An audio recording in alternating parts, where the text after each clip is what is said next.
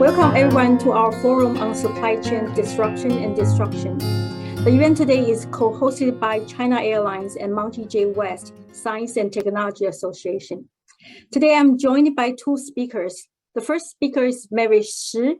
Maverick is the chairman of Acer CyberCenter Services and Acer Synergy Tech. He's also a board member at Acer. The second speaker is Jeff Wu. Jeff is a sales manager at the cargo sales department at China Airlines LA office. I'm Wenfang Liu, the forum's moderator. I'm a senior economist with Deloitte, where I work with multinational companies, helping them with their international tax and transfer pricing planning and related issues. I'm also a board member at Monte Jade West. Joining me here is also Yaning Chen, the general manager of China Airlines at the San Francisco branch. And also joining me here is Nana Zheng. Nana will be helping us in the Q&A session. Nana is the chief procurement officer at Onsemi. She's also a board member at Monte Jade West. Okay. A few Zoom reminders. This event is being recorded. Please use the Q&A function in Zoom to ask questions. Attendees can use the upvote function for questions.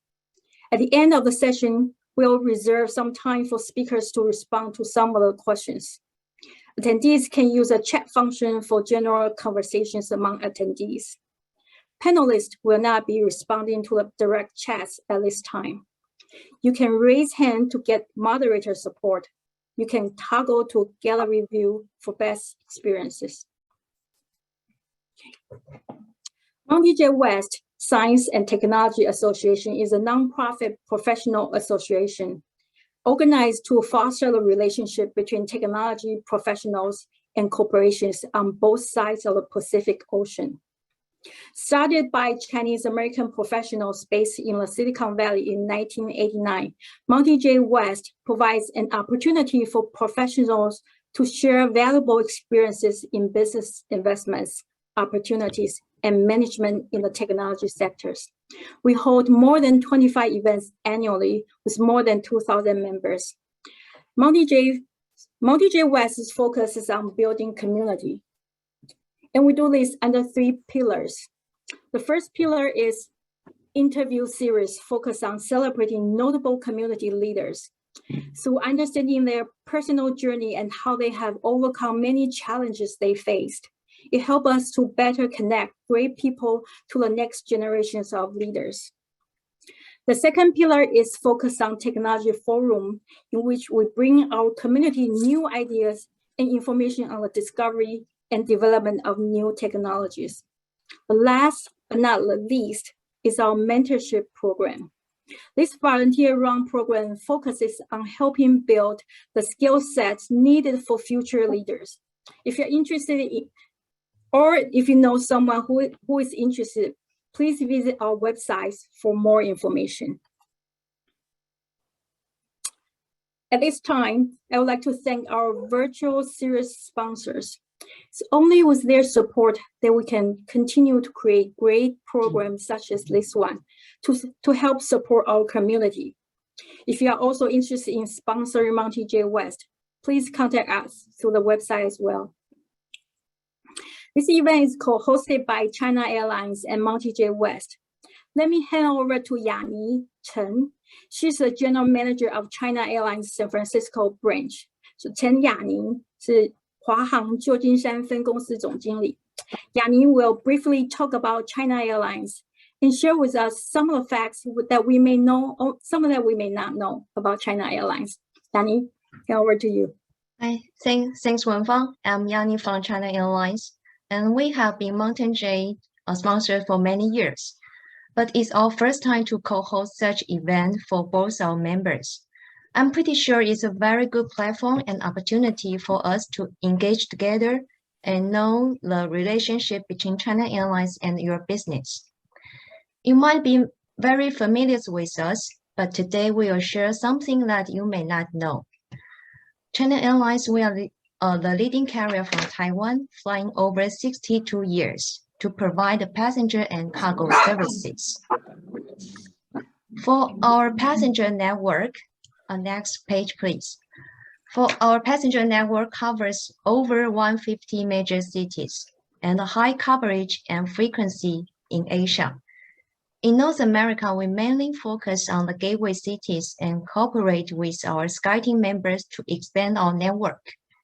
So taking our flight, our aircraft with the beautiful logo, the plum flowers, will connect you to Asia and to the world. Next, I will share something that you may not know, and it's also the origin of this today's event. During the pandemic, over 40 commercial airlines were bankrupt. But with China Airlines, we made different stories. We still remain profitable in the past 2 years. You must be very curious. Why? As you can see from the slide, before pandemic, our revenue from passenger and cargo revenue is around 70 to 30%. But before the pandemic, our passenger traffic dropped almost 99% because nobody can fly. But we see the strong cargo demand is very strong and keeps growing because everyone stayed at home, nothing to do, just do the online shopping.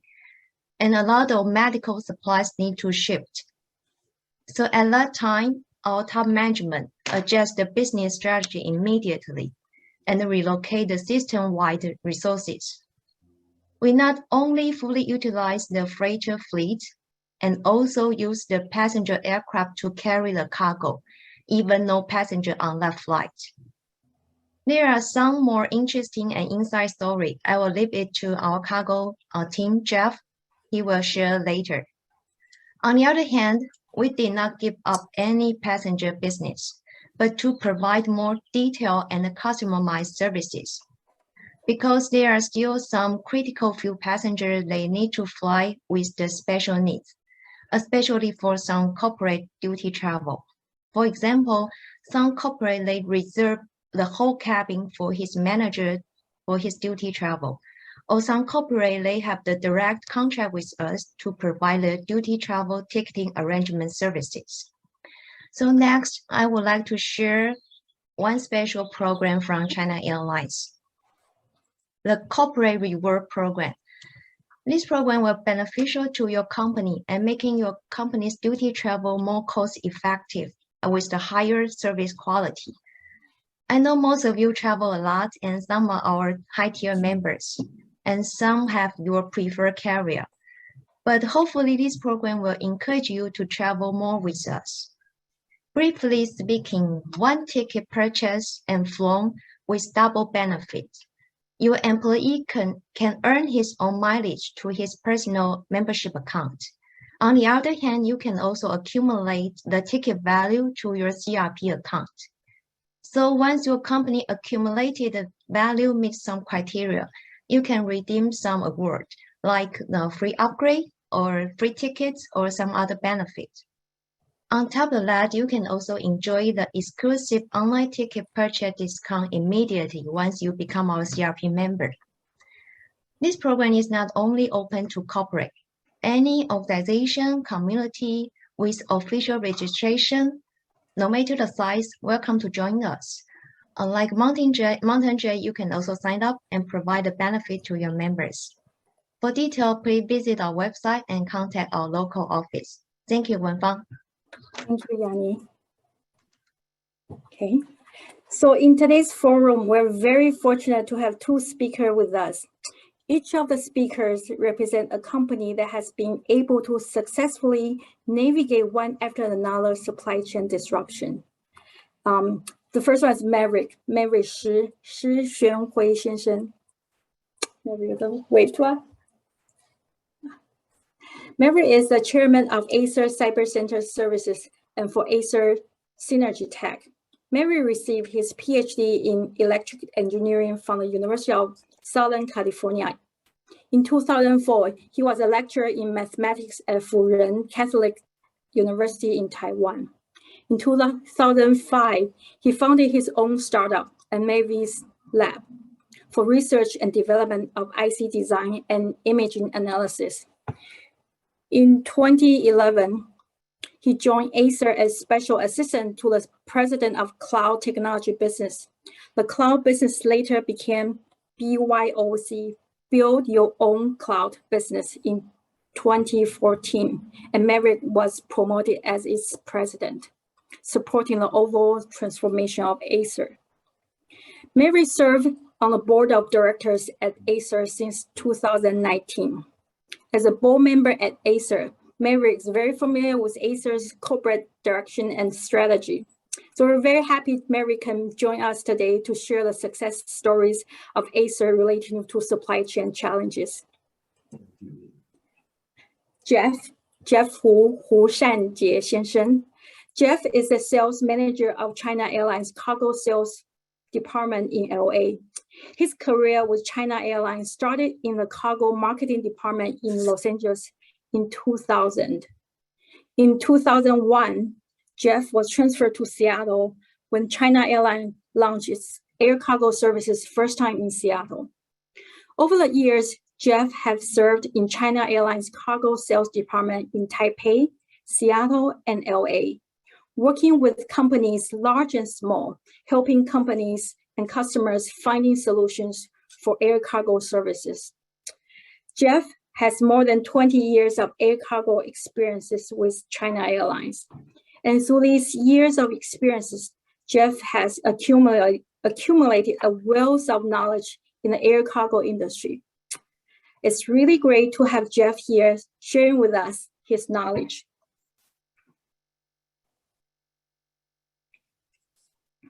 As you've seen from Yanni's presentation, even though the pandemic has such a big overall impact on the airline industry, China Airlines was among the few airlines that were able to remain nimble and perform well during the challenging time.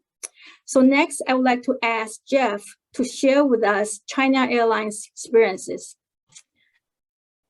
Okay.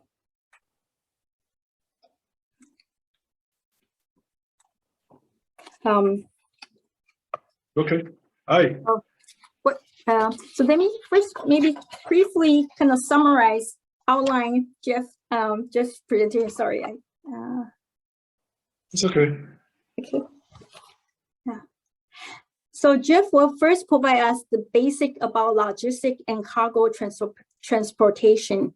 Then Jeff will give us an overview of China Airlines air cargo operations and footprint. Once we are equipped with knowledge about logistics and air cargo operations, Jeff will talk about the major disruptions they have impacted worldwide logistics in the past few years, especially impacting China Airlines air cargo operations. And Jeff will talk about what changes China Airlines made to adapt to these challenges. Thank you, Ms. Liu.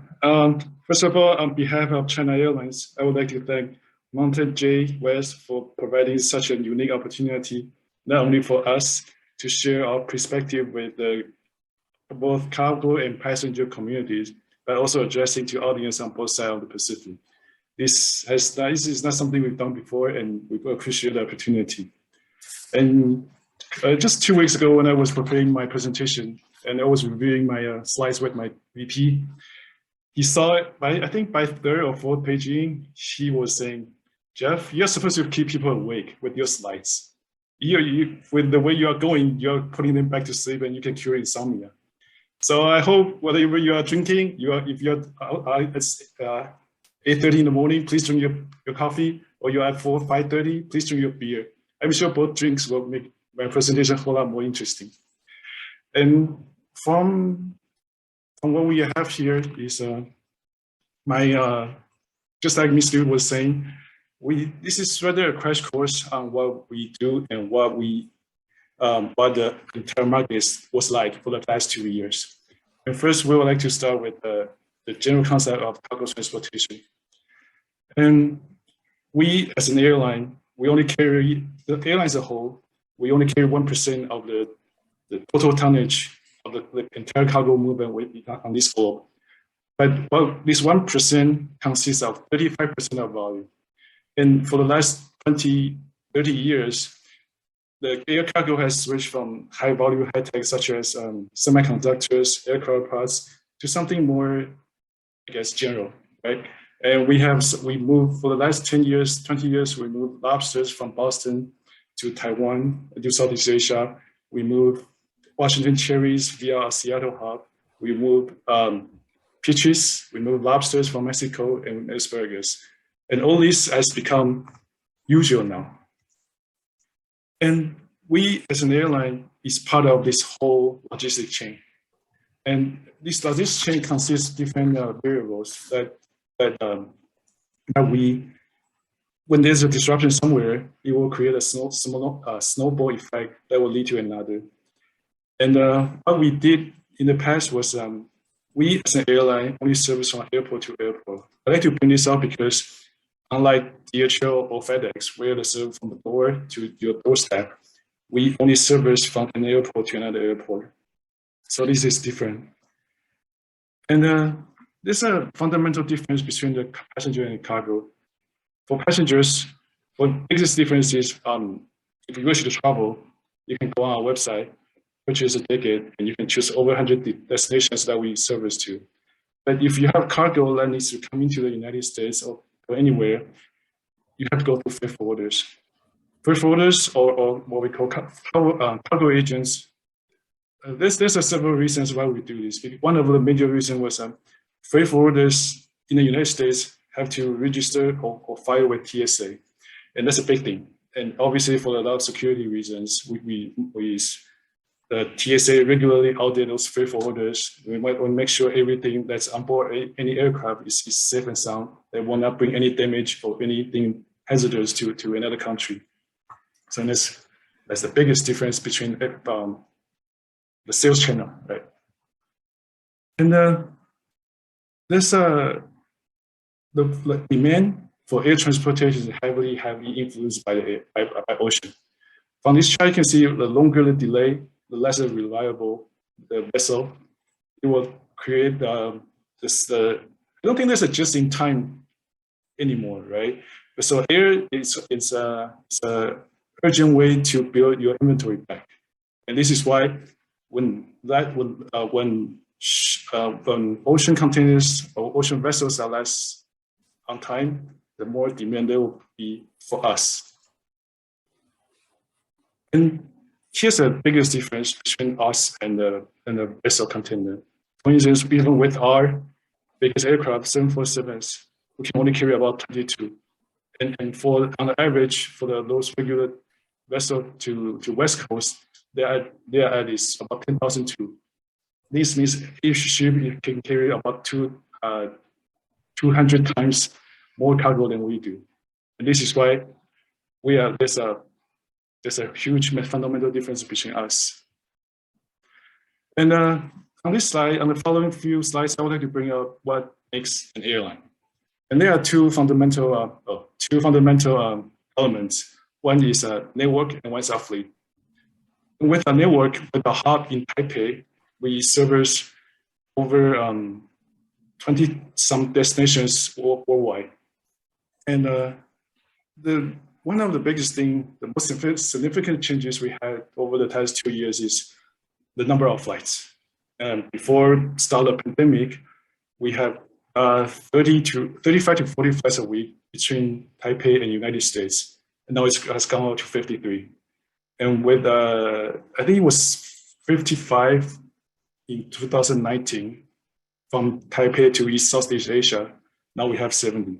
And with this network, we can carry your cargo to the destination of almost major destination within both continents. And this is our fleet. For the last 2 years, with the 821, it's not 22 because we just took another delivery of 747 freighters last month. So with 22 freighters plus 47 passenger flights, we're able to carry cargoes that almost from as far as South Asia to eastern seaboard of New York, like in New York, right? And this shows you how the number of flights we have for each major hubs.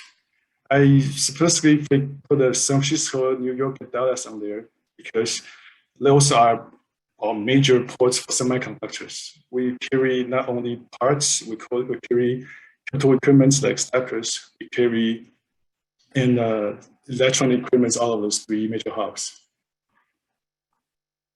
And that's what we do. And this is rather just some demonstration of what we are capable of. And since the late 1990s to early 2000s, we start carrying, because of Taiwan's development in semiconductor industry, we, with the biggest fleet of 747 at the time, carried countless of semiconductor stackers. And from the moment you see cargo delivered into our warehouse to the moment it gets on board a flight, whether you deliver cargo in New York or San Francisco or Dallas, we have the same SOP, we have the same know-how, and we treat your cargo with a lot of care. And on the left side, on this chart, just a few, I guess, exporters or manufacturers we have service with, and I'm sure you have seen quite a few of them. For this particular page, it's cool chain. I think we were one of the 3 Asian carriers that received that was certified by IATA to carry pharmaceuticals. Well, I say cool chain because it's temperature control items that require special handling. And because of this certification, we were able to go to this. With these life-saving vaccines that were urgently needed in Taiwan and all over Southeast Asia, we carry, I think we carry, there's a number on there. But I guess when you see this, a lot of times this is just numbers to people. But for us, I think my colleague Michelle, she was a liaison for China Airlines and Taiwan's embassy in Washington, and she can tell you countless stories on how challenging moving these vaccines to Taiwan was, how it was at the beginning of the transportation method. So I guess that's it for next time. And for the next few pages, we'll talk about the change of cargo market. Right? And for the first time in history, we don't see one incident that's happening. We see a few: the COVID, the international conflicts, the oil price. Right? All these have impacts on the disruption of the whole logistic process. And looking back, this is just some historical event that I think was major. Right? And just like our GM, Miss Yani was saying, at the beginning of 2020, back in February, we see flights, we saw airlines canceling their flights, reducing their flights, or even only their flights and pulling their flight into desert. This has not happened before. And by October, we saw some congestion, but things were not as bad as 2021. I think if there's one historical event that leads the beginning, that indicate or marks the beginning of the destruction of logistics, it has to be the Ever Given Static Suez Canal. Because within 6 months, we saw container rate going up from $2,000 to $30,000. We saw vessel ships staging outside California from 30, 20 to over 100. We saw, on average, normally for China Airlines, we saw charter requests maybe once, maybe twice a month. At the peak of the time, we have 100 plus charters operated from Asia to the United States. And this is not something we saw, we expect way prior to 2019. And whenever I was reviewing this page with Ms. Yo and the Huizang, we both agree that history not tends, but it's repeating itself. For instance, last May, it was Taiwan experiencing the very first outbreak. And now it's happening again. Or the last June, when there's a congestion at Shenzhen the Yantian port, and then they caused like major delay to have cargoes move from China to over the world. Now this is happening again. I think we saw 100, 500, over 100 ships staging outside Guangzhou and Shanghai. And this is, imagine these ships, half of the ships are coming to the United States. And it's going to be like outside Long Beach and San Pedro Airport and Seaport, and we just don't know yet. And besides those historical events, there are there's some event that going as far back as 2018 that can lead to different industry moving out of China. For instance, 2018, the trade war between United States and China, all the way until last year and this year, where Chinese government imposed strict lockdown, and this is going on. And all these I guess news events has led to industries moving from China to Southeast Asia, and I guess in many ways these countries will benefit too, because I wish there's an arrow like going from China to Taiwan. Because when I was doing this page, I read somewhere that this is the first time in many years that Taiwan experienced a surplus by October, as early as October of last year. And this is not easy. This is very, I guess, unprecedented too. And with that, we borrow this, because with the industry moving out of China to Southeast Asia, we focus on expanding our flights into Southeast Asia, well, especially emphasize on destinations like Singapore and Malaysia, where you see we have daily freighters to operate to Singapore and Penang and Kuala, not to mention Vietnam and Thailand. And I found this page interesting, because this is not something any passenger will expect when you go on a flight. In order for us to carry more cargo, for airlines to carry more cargo, we remove seats.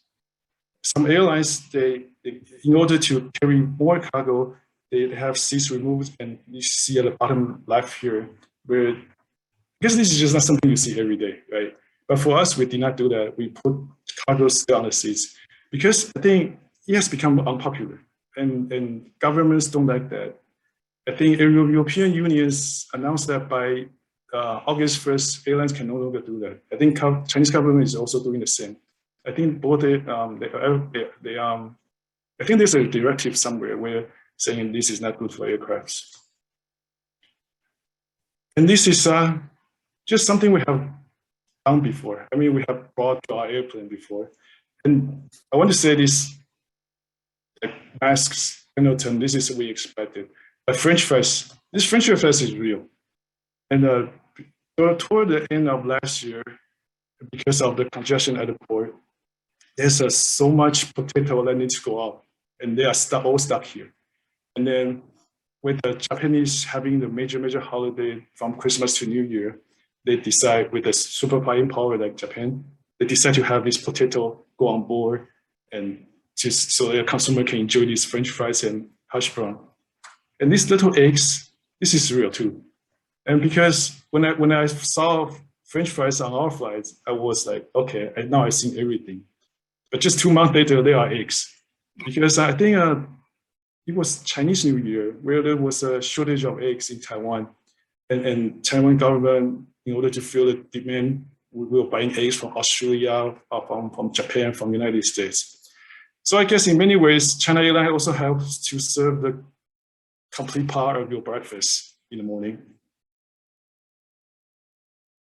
And with that, thank you. That concludes my presentation.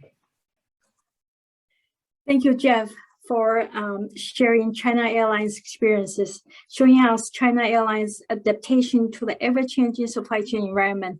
And I think if I can summarize a little bit, I think China Airlines actually kind of pay attention to what's going on and kind of forecast where the demand is from, and then you kind of change your operation and adapt it accordingly. So this is my takeaway from the slides. I want to mention that Jeff has so many interesting stories about logistics and air cargo to tell. Originally, he prepared more than 2 hours of presentation. And because of the time of the event, Jeff has to condense his presentation to 25 minutes. So maybe next time we'll play a longer one. So thank you, Jeff. All right. So now let's switch to Maverick. Okay, we'll have Maverick share the Acer experiences in tackling the supply chain challenges. So over the years, Acer has established a very strong and resilient supply chain. Maverick will first give us an overview of Acer's supply chain. Then he will share stories on the major supply chain disruption that Acer has encountered in recent years and how Acer navigates through these supply chain challenges. So in particular, Maverick will talk about what actions that Acer took to mitigate supply chain disruptions and any key lesson learned. Maverick will also share his thoughts on key factors in building a resilient supply chain. Handing over to you, Maverick. Thank you, Wenfang. It's also my great honor and pleasure to be able to present at Monte J West. I'm also sitting on the board of Monte J Taiwan. So it's a great opportunity to, I would say, interacting between Taiwan and the Silicon Valley.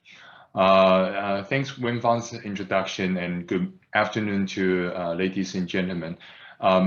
I would like to use this opportunity to share a little bit a story rather than advising how this can be done, but using our own story can help you to think about how you can deal with and handle, or you are not alone during this pandemic period of time. Just a little bit background. Acer is a company established in 1976, and we are selling computers majority. And of course, we're selling other IT products, peripherals for PC. And we have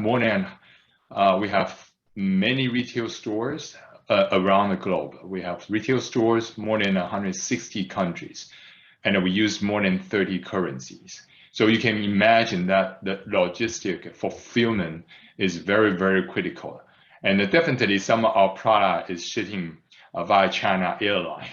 But majority of our shipment, because the low margin of the industry that we have, is mostly going sea freight. And I can tell you about that, having business globally, more than 160 countries, there's always something going on in the world. So just a little bit, also another little bit background about the PC industry. Before the paradigm shift of PC from to smartphone become the major IT devices, people go online or using app. Back in 2008 and 2010, that was the highest point of the PC shipment globally. The total PC TAM was 450 million units annually. And because of this paradigm shift, the whole TAM have been shrunk to 250 million units back in 2018. And 2018 was, I would say, the first and the gradually change of our supply chain. And before that, I would say before 2019, before the end of 2018, the spotlights of Acer, or I would say most of the PC company, are on the products. People try to build a much better product, attractive products to earn customers' love and earn customers' trust. And we are competing against the other PC companies.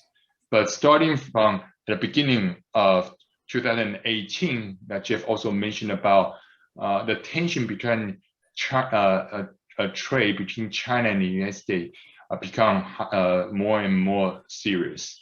At the beginning of 2018, Donald Trump administration announced a tariff for Chinese goods, the goods that shipping from China. That, of course, create a high alert and attention for the PC industry. Most of people know that no matter which brand of a PC you buy, is all coming from China and all coming from the same manufacturers, like Wistron, Quanta, Compo, etc. Pegasus, for example. So we start to thinking about extra tariff, will that affect our price? Because again, saying low margin business, all this extra tariff might be impacting the cost structure that we are having. So all these, of course, we have the supply chain is trying to work with the manufacturer, our ODMs, try to find alternative way. That, of course, you can start to see back then, the manufacturers start to move out of China. We start to split, the manufacturers start to spread their manufacturing facilities to other countries. Prior to 2018, this was one of the small tasks in ODMs. They tried, but they failed, and they retreat.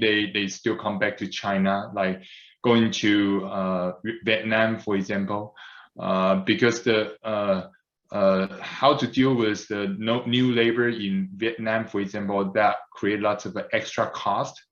But because of 2018, that everybody just have to move, including go to India, etc. So you can see the ODMs start to build their manufacturers starting on 2018, and that, in fact, this because of this is in fact built a little bit of front-end foundation for facing the COVID-19 challenges. So this unfortunate thing become one of the important thing when pandemic came.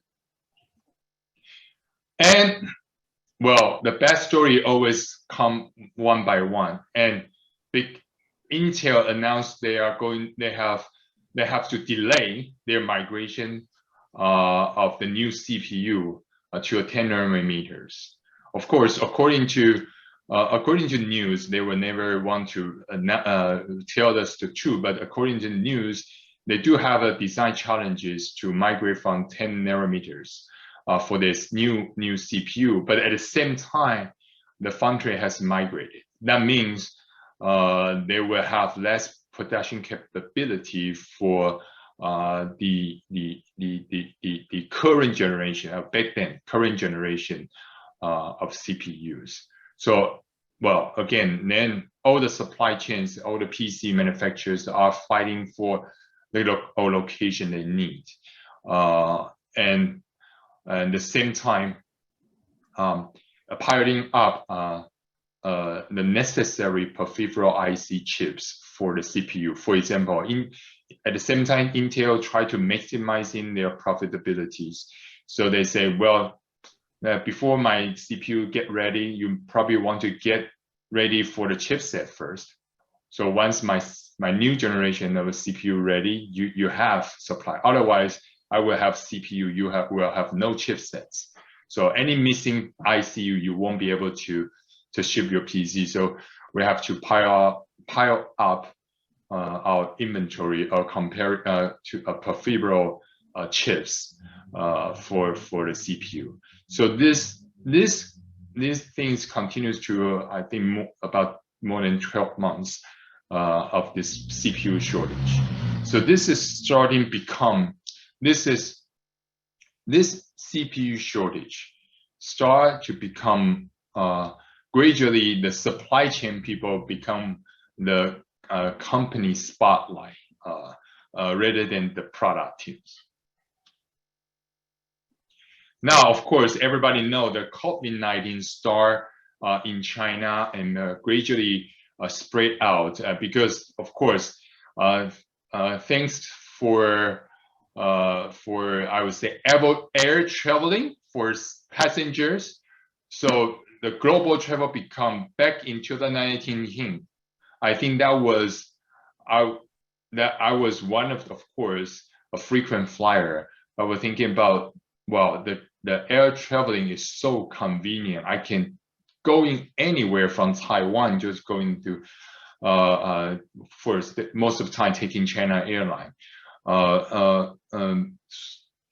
That the same thing for Chinese people can do global traveling, especially doing business globally. So I usually go to different expeditions, shows. I can see many Chinese business doing business there, seeing Chinese people. So of course that the traveling and the pandemic start to spread out from China quickly. I still remember back then I was still traveling at the beginning of 2020 in January to Europe. I still can see Chinese people traveling to Europe. At the same time, the spread out has opening, and you can see signs of European people are giving support to people in China to fight for COVID-19. But these things really start spread out very quickly. And the first lockdown started in China, just some story people may still have fresh memory.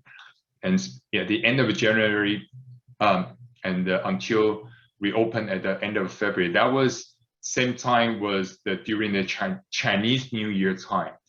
So I would say this Chinese New Year, in fact, was the worriest and the busiest Chinese New Year for our supply chain people, because all of us are thinking about how to deal with this lockdown and how to reopen it. There's a lot of limitations and constraints that for the manufacturer that makes sure that we can supply. One of the good things, of course, the holiday season has gone, so we have less supply issue, but still we have ordering. And of course, and this lockdown start to trickle in March and start to spread out to US, Europe, and globally lockdown. And that is about the March timeframe. And everybody was panicked. And of course, Acer quickly switched to an emergency mode, reviewing all our goods and ordering and our supply chain, whether we need to put an emergency stop, etc., and reviewing everything. But of course, everybody know, even though we have pandemic, kids still need to learn, and business still need to operate. So the new trend of work from home and study from home started. And that was the time, I think at that time, the slowdown of the PC from 450 million units to 250 million is mainly people are using smartphone. People only need one PC scale at home. For maybe a bigger project, they need to use PC to work on.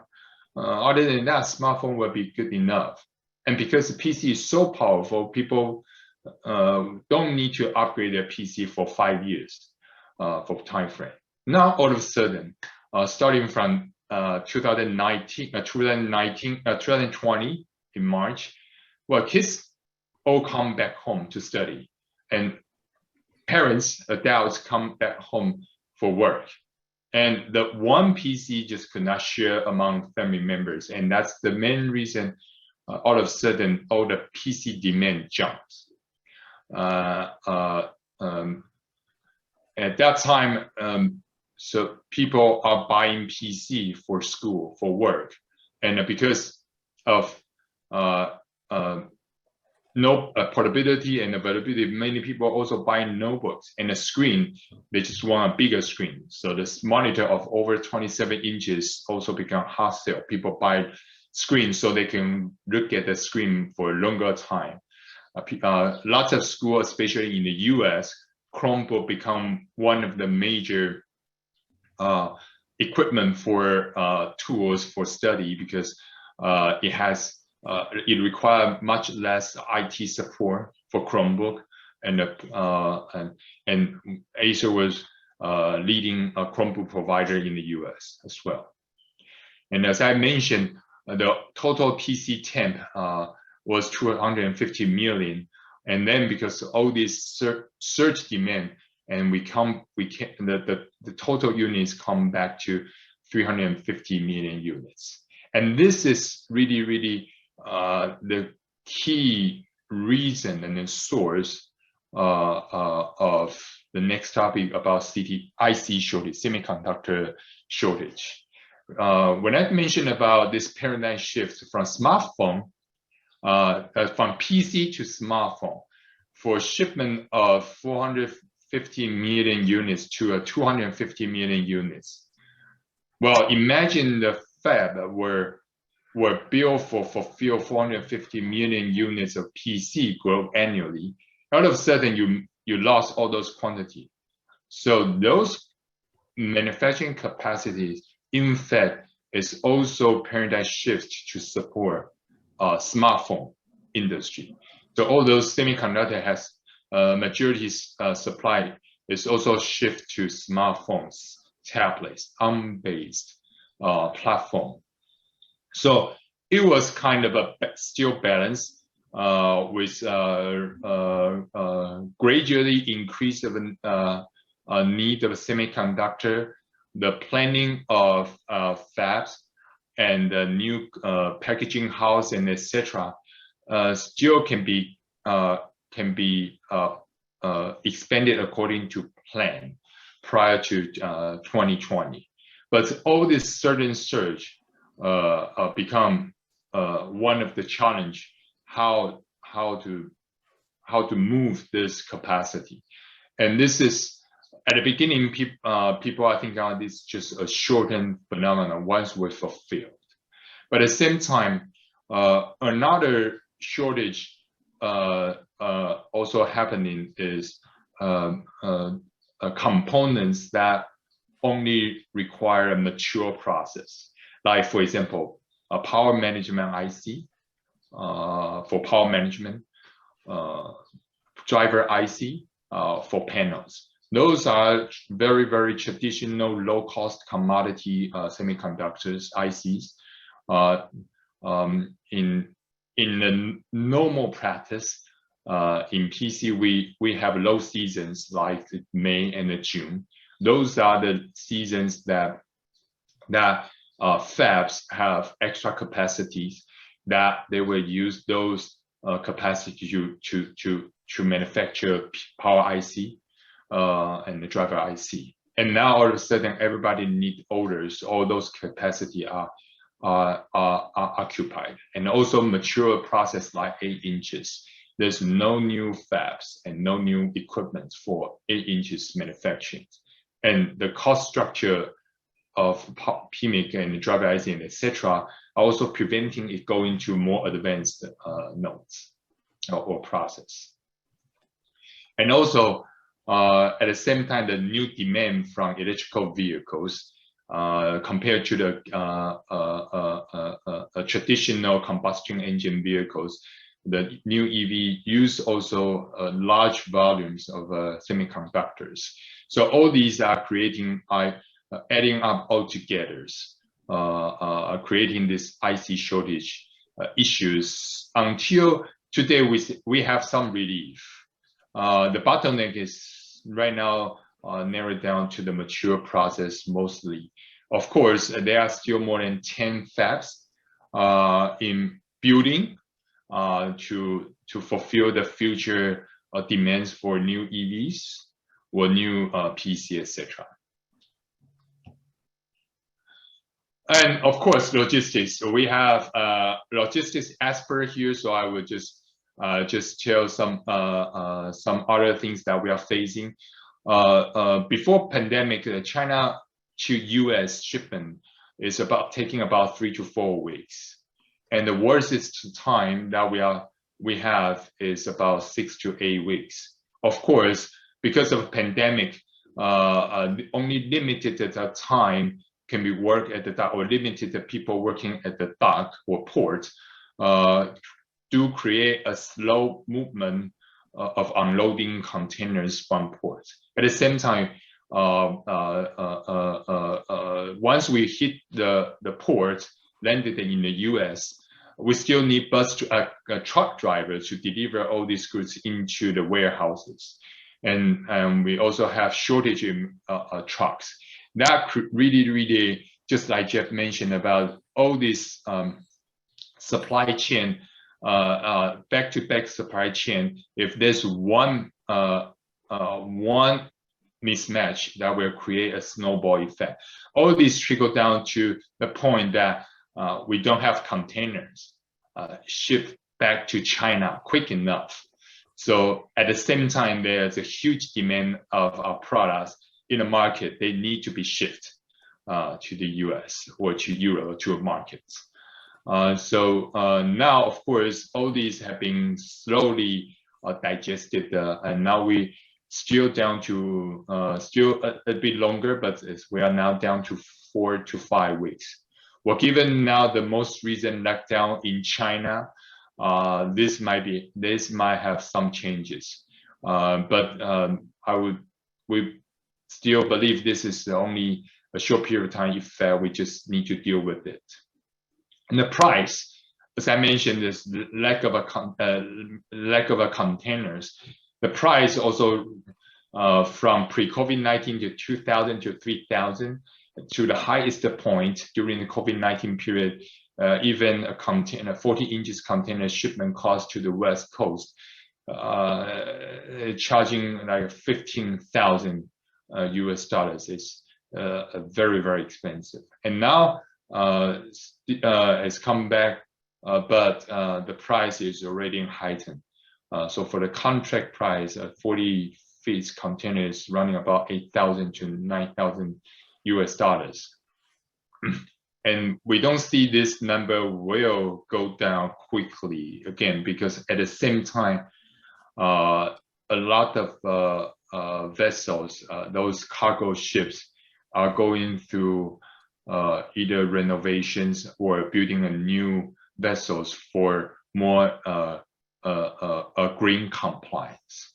So this is you can see this cost of shipping will continues to be at a high level.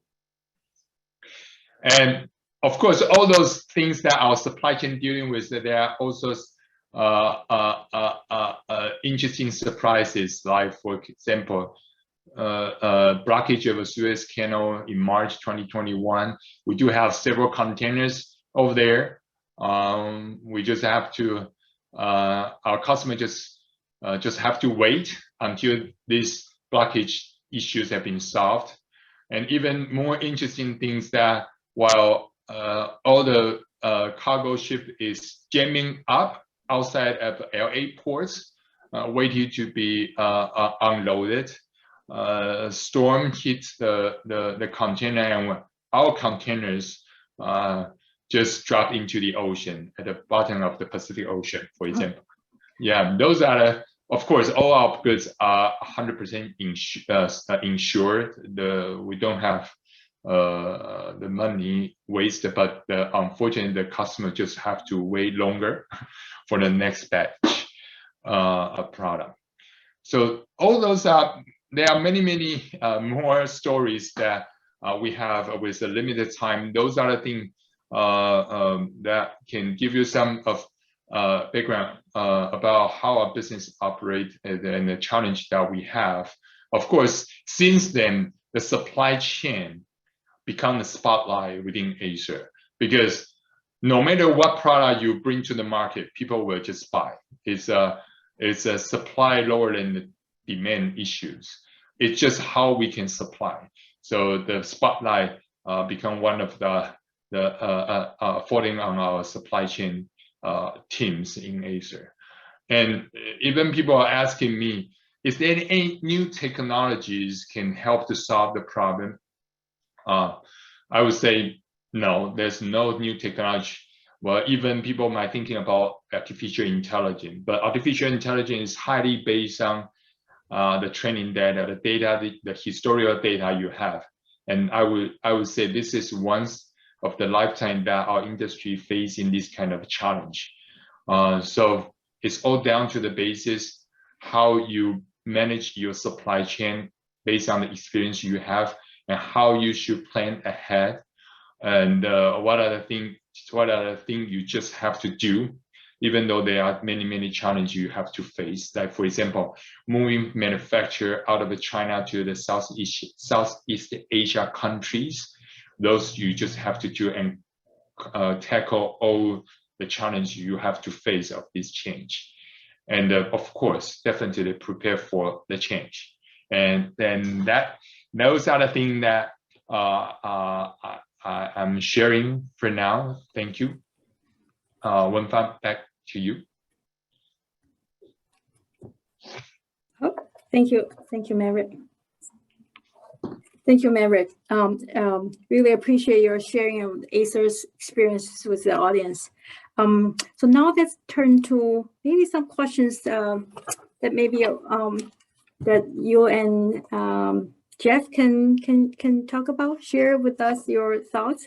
So so in the recent years, supply chain disruption has been happening one after another, right? Making the supply chain issues kind of turning into even crisis for many companies. Can you provide us your thoughts on the outlook of the supply chain situation? Do you think that by now we see the light at the end of tunnel yet, or maybe it will be getting worse? Maybe start with Maverick. First of all, do we see the light at the end of the tunnel? I would say yes. And of course, things happen quickly. And for example, the only thing we take ourselves. Hold on just a second. We always remind ourselves the only thing that is unchanging is the world is always changing. At the beginning of the slides that I shared that we ship our product more than 160 countries. So there's always something going on. There's always things to change.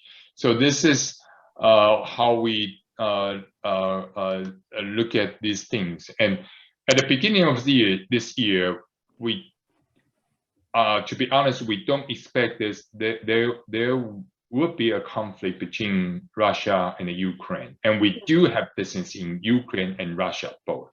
Okay. And since we did not see that is going to happen, so of course we do see the adjustment of a PC shipment and all the supply chain should gradually come back to the normal situation. Of course, the total volume will be heightened because people will get used to hybrid working mode, starting partially working from home, partially working at the offices. So that will increase the need for the PC. And the supply chain, we do see all those things gradually ease up. But new things happen, like all of a sudden, there's a war between there's a conflict between Russia and the Ukraine, and a lot of our goods manufactured in Chongqing are going through train through Russia to Europe. Oh. That will be some impact. Of course, definitely there are air cargo which can still go, or taking a long-term route through Changjiang and then go to through the sea, the river, and then to the road, river, and sea, and then go sea freight, for example. Those are the new challenges we are going to face. But all these, I think, in terms of supply chain, those are you do see the lights at the end of the tunnel. But definitely more, I would say, more expensive to deal with all these challenges will reflect to the end price of our product. So you can see the new products might be more expensive compared to before. Yeah, that we do feel very much, especially in the Silicon Valley. Jeff, your thoughts about outlook for the supply chain? I really like what Maverick was saying. The only thing that's changed, the only thing that's not changed was constant change of the world. Is that right? I really like that line, because when I was preparing this, I think Ms. Yu asked me to provide a covering event, and I found it over this overwhelming amount of news that's coming out, right? And then And then that hits me. I'm reading the same news as you do. Is there a line in the tunnel? I honestly don't know. But what I do know is there are always something going on, right? I mean, just like my last news, the West Coast contractor will start May 12th. And up until now, we still don't know what's going on between the two parties. And is there a line in the tunnel? I sure like to hope so, but I just don't know. Thank you. Okay. All right. Let me ask another question. So this one's to Jeff.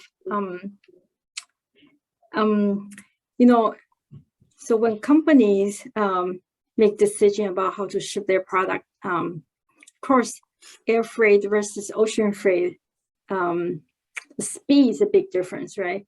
But then the cost is a pretty big significant difference as well.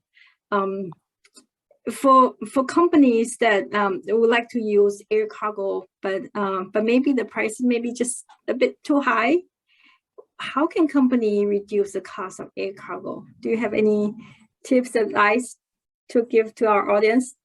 No, I don't. Next question. No, I'm kidding. So this is the most important question we'll hear from you. I thought about it. I talked to my coworkers about it.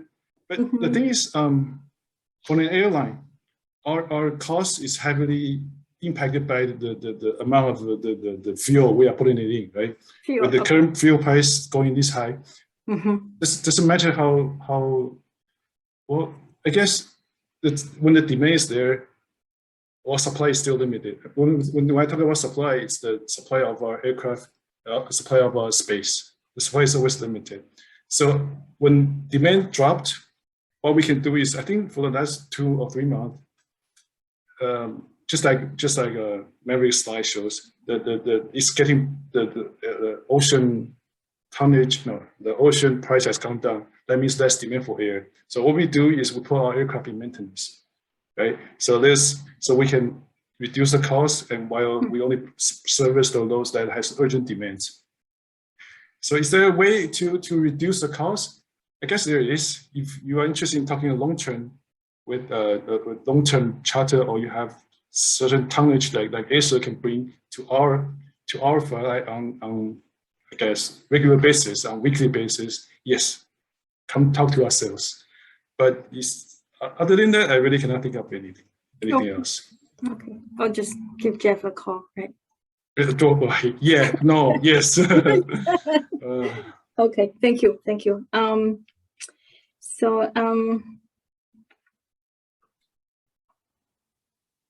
So maybe this question, maybe for both of us, maybe. So some people comment that because of all these so many supply chain disruptions happening in the past few years, right? And then really, all these events together really leave an impact of, it's called the death of globalization for supply chain. And company nowadays may be moving toward to regional models. So global supply chain versus regional supply chain. Can you each of you share your views about globalization versus regional approach in terms of supply chain? I can share a little bit. For PC, we are again very, very cost sensitive industry, or low margin industry. With the original like global supply chain, where everything is built and operated in the most cost effective regional places, will in total combine with the best price performance offering to our customer in terms of product. But understandable that because and this is because the tension between in terms of a trade between China and US, that really create concern like US or Western world about their national security, especially for the key components like semiconductors. That is one of the things that have been forced to have a region, I would say, region regional manufacturing in the US or in Europe or even in Japan. They are building new fabs. Yep. And to in the aspect of national security. So if there's really a problem and a need, at least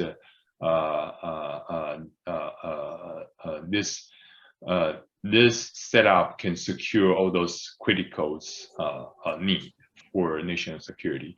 And given now the serious conflict between Russia and Ukraine, and I would say it will become more and more serious, especially in the semiconductor issues. Local regional supply chain become critical. Like, for example, a special gas supply that from Ukraine that used in the semiconductor process become one of the worry that Taiwanese semiconductor manufacturer have in Taiwan. So this will create the end result of, as I mentioned in the previous conclusion, that everything will become more and more expensive. Yeah. Unfortunately. Yeah. It's definitely will go more and more expensive and more expensive. Given, of course, even earlier time we have QE, lots of cash circulated in the market. And I want to just add out one more factor people might not think of. Because of the global warming, we just have one Earth. So that while everybody shifting their focus right now, focusing at the conflict in Europe, the greener renewable energy is also another hot topic in our in our world as well. So the Acer is one of the early corporate joined RE100, and we try to. Our goal is to build carbon CO2 carbon dioxide zero to 2035. So we trickle down this effort to our supply chain. Again, our supply chain become the spotlight. So you can see the shift from a product team, a spotlight, become a supply chains spotlight within our company. They are also spending efforts how to trickle down this effort to our audience, to our components provider and our vendors. So this will again increase the cost for the product that we build. And I think we are not just alone. There are many other industry will have the same thing, and so we will expect everybody need to pay for everything for compared to today. Yeah. Yeah. Okay. Thank you. Jeff, would you like to comment on this supply chain globalization versus regionalization? I think Maverick covers very well. Okay. And I don't like it. I don't like when the consumer has to pay more. I don't like when, just like for my last slide, Maverick was saying that the cost of things will become higher, and he's talking about the high end. Well, I'm sorry, my left hand is. Which is talking about high end stuff. For us, for a regular consumer, we saw like regular boba milk tea went from $4 to $5 something. And my favorite sticky tofu has almost become double. It has to be spicy sticky tofu, right? I don't like that. But again, globalization means opportunity for airline guys like me. So I don't know. I don't have an answer for that. But this is one page that I'm proud of. Okay, please. Let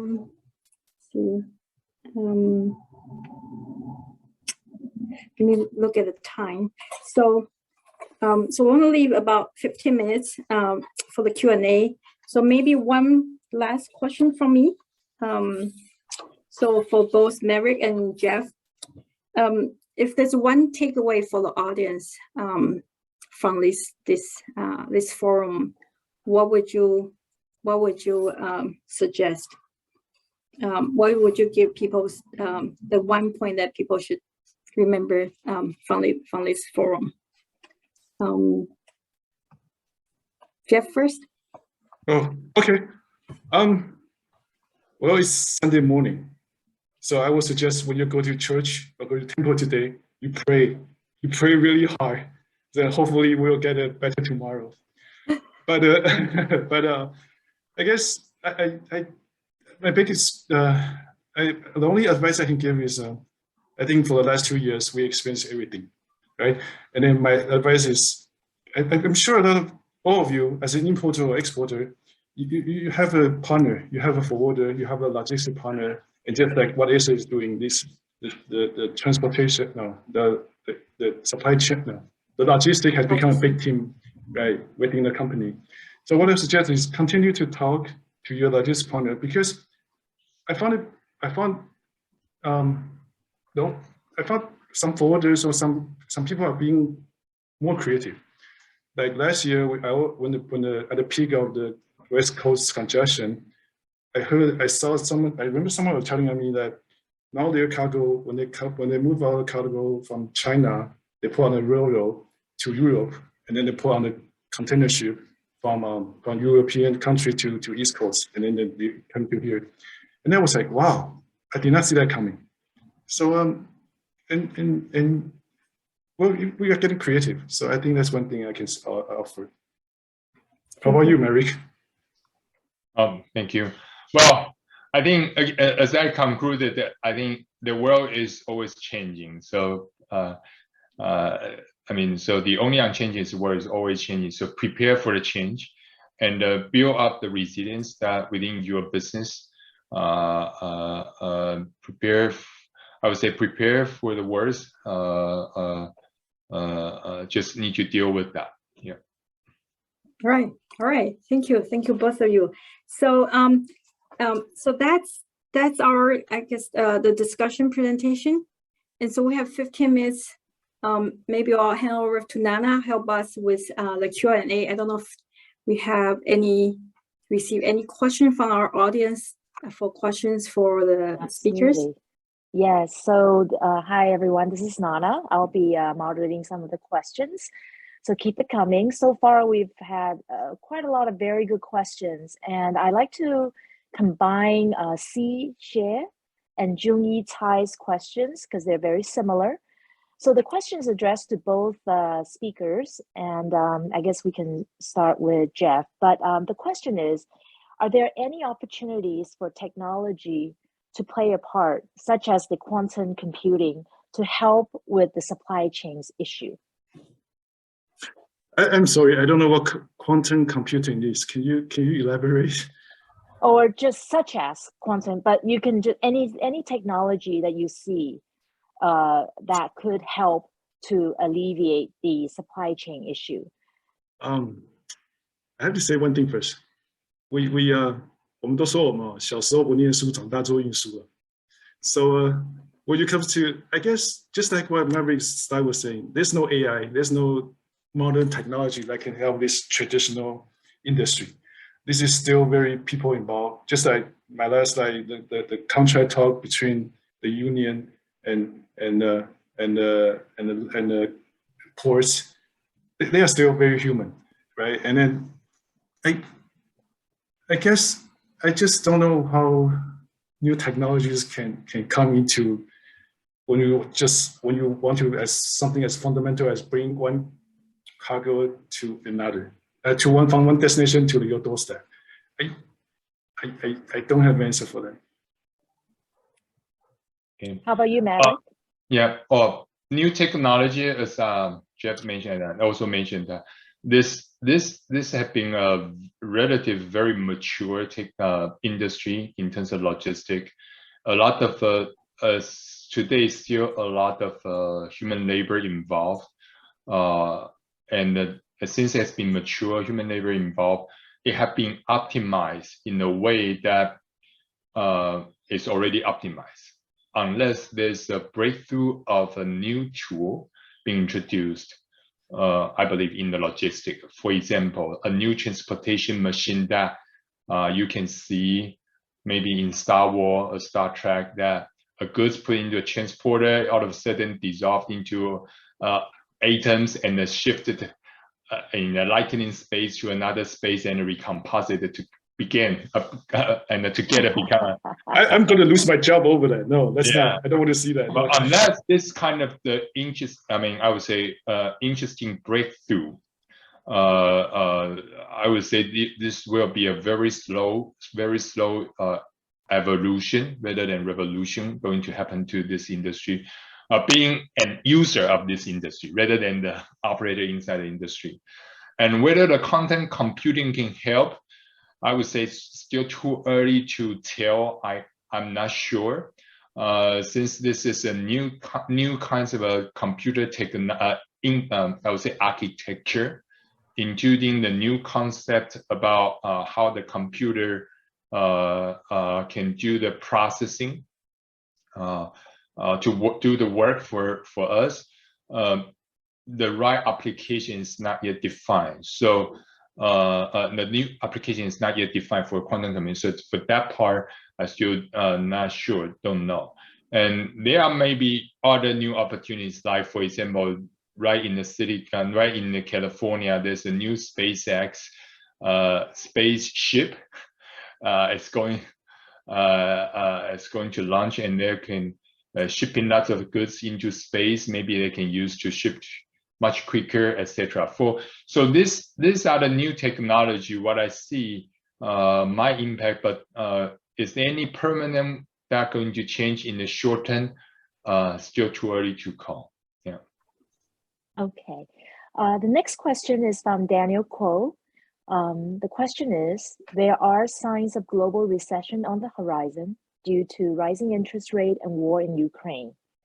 Do you foresee any softening of consumer demand in the next 6 to 9 months? Okay, I guess I can answer this one. When I was doing this presentation, I saw it somewhere that within the United States, the consumers' spending power has dropped 20-some%. So I guess the short answer is yes. The consumer demand is at least buying demand is probably not. It's not going to be as high as last year. Yeah, well at the beginning of planning, as I said, we do see our industry is going to gradually come back to, I would say, more normal rather than the high demand state. So one of the things, of course, is everything become more expensive. The higher interest rate really impact to the buying power of our customers. Okay, great. There's two questions from anonymous attendee, but I think they're probably from the same person, so I'll address it kind of together. So will there ever be a permanent solution to the problems you just described? And how will this affect countries? And besides the obvious price level increases, why should ordinary people care about these issues? So the first question is, are there permanent solutions that that you foresee? And then why would ordinary people care about these issues? The supply chain issue. Well, I can answer first. Well, the ordinary people should care about it because that totally related, highly related to the price you are going to pay. For example, for pearl drink, because now they all go with China Airlines, so definitely more expensive when you buy a boba milk, tea milk, and so that is one of the impact. And I would say some of the issue that I mentioned do have, I would say, temporary, permanent solution rather than a permanent solution, because the world economy is always changing. It's a dynamic thing. So you can have only a certain period of time to be permanent. For example, these geopolitical issues that create a regional supply chain for semiconductor, because that's such a national security related key components for all the country. So building up fabs in the U.S. new fabs in the US and new fabs in Europe is definitely a permanent in the short term a solution. I would say mid-term rather than short-term. Building a fab is taking about 5 years. So those are the permanent solutions. And something are really not necessary to have a short-term.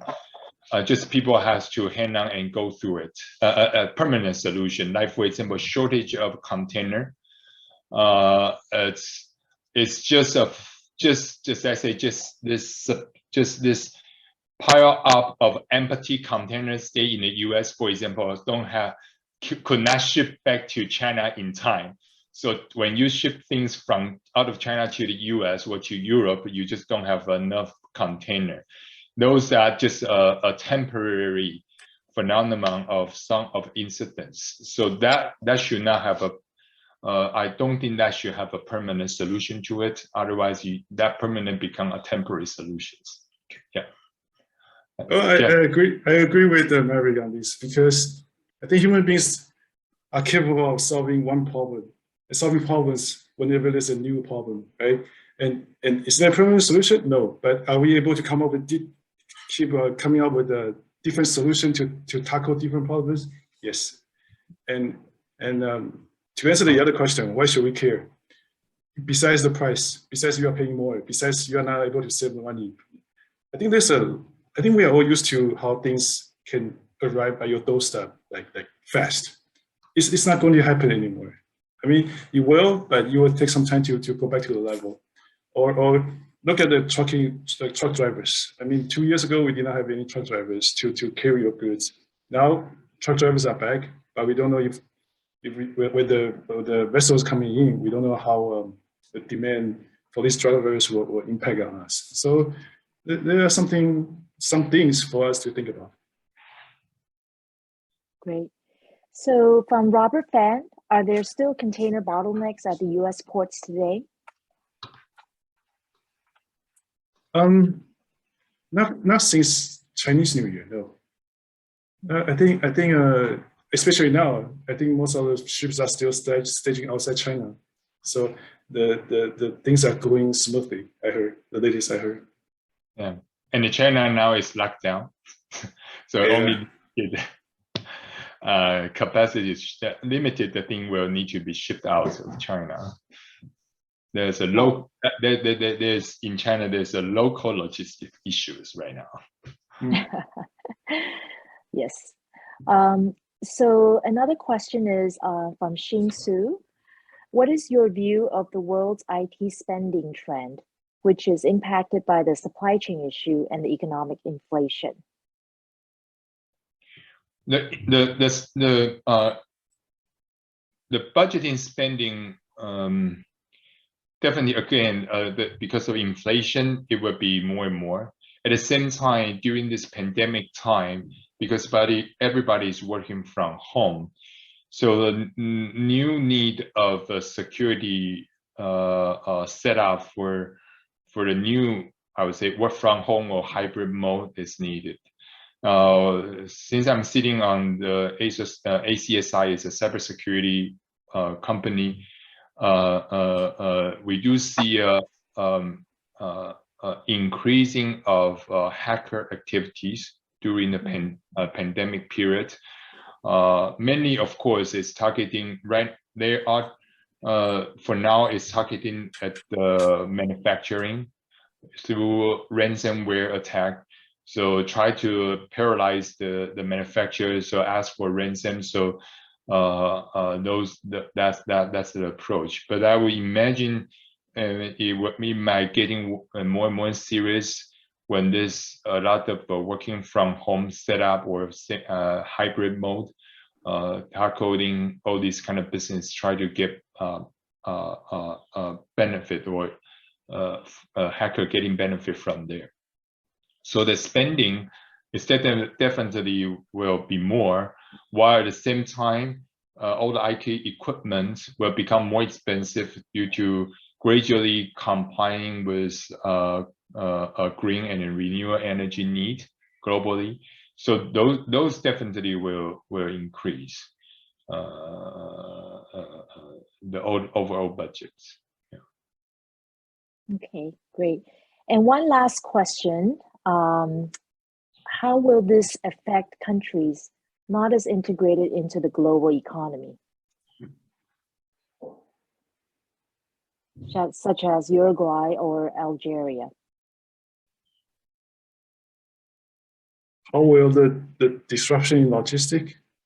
Yes.